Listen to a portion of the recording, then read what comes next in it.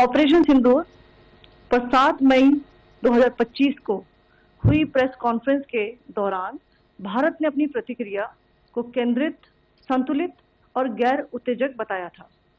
यह विशेष रूप से स्पष्ट किया गया था कि पाकिस्तानी सैन्य ठिकानों को निशाना नहीं बनाया गया। साथ ही दोहराया गया कि भारत में किसी भी सैन्य लक्ष्य पर हमले का उचित जवाब दिया जाएगा।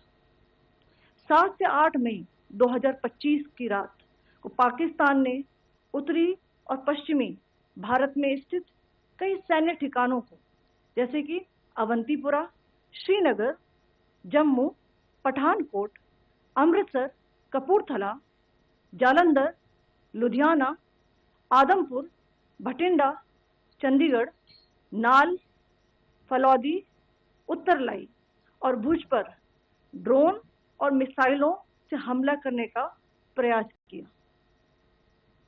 इन हमलों को इंटीग्रेटेड काउंटर यूएस ग्रिड और वायु रक्षा प्रणालियों द्वारा निष्क्रिय कर दिया गया। इन हमलों का मलबा कई स्थानों से बरामद हुआ, जो कि पाकिस्तानी हमलों का प्रमाण है। On the night of 7th May 2025, Pakistan attempted to engage a number of military targets in northern and western India using drones and missiles.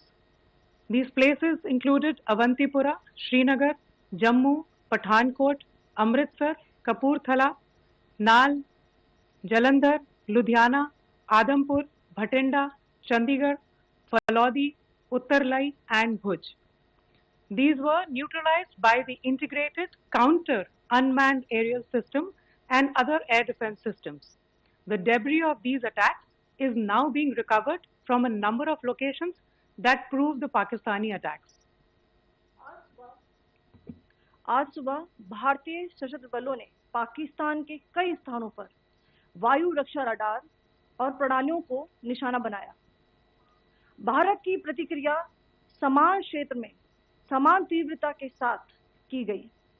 यह विश्वसनीय रूप से ज्ञात हुआ कि लाहौर में स्थित एक वायु रक्षा प्रणाली को निष्क्रिय कर दिया गया। Today morning, Indian Armed Forces targeted air defense radars and systems at a number of locations in Pakistan.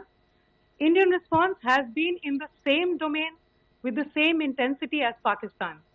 It has been reliably learned that an air defense system at Lahore has been neutralized. Pakistan ने नियंत्रण रेखा पर आकरण गोलीबारी की तीव्रता बढ़ा दी है, जिसमें कुपवाड़ा, बारामूला, उरी, पुंछ, मेंढर और राजौरी क्षेत्रों में मोर्टार और भारी तोपखाने का इस्तेमाल किया जा रहा है। Pakistan has increased the intensity of its unprovoked firing across the line of control using mortar and heavy calibre artillery in areas in Kupwara, Baramulla, Uri, Poonch, Mendhar and Rajouri sectors in Jammu and Kashmir. 16 innocent lives have been lost, including 3 women and 5 children, due to the Pakistani firing. Here too, India was compelled to respond to bring mortar and artillery fire from Pakistan to a halt. Indian Armed Forces reiterate their commitment to non-escalation, provided it is respected by the Pakistan military.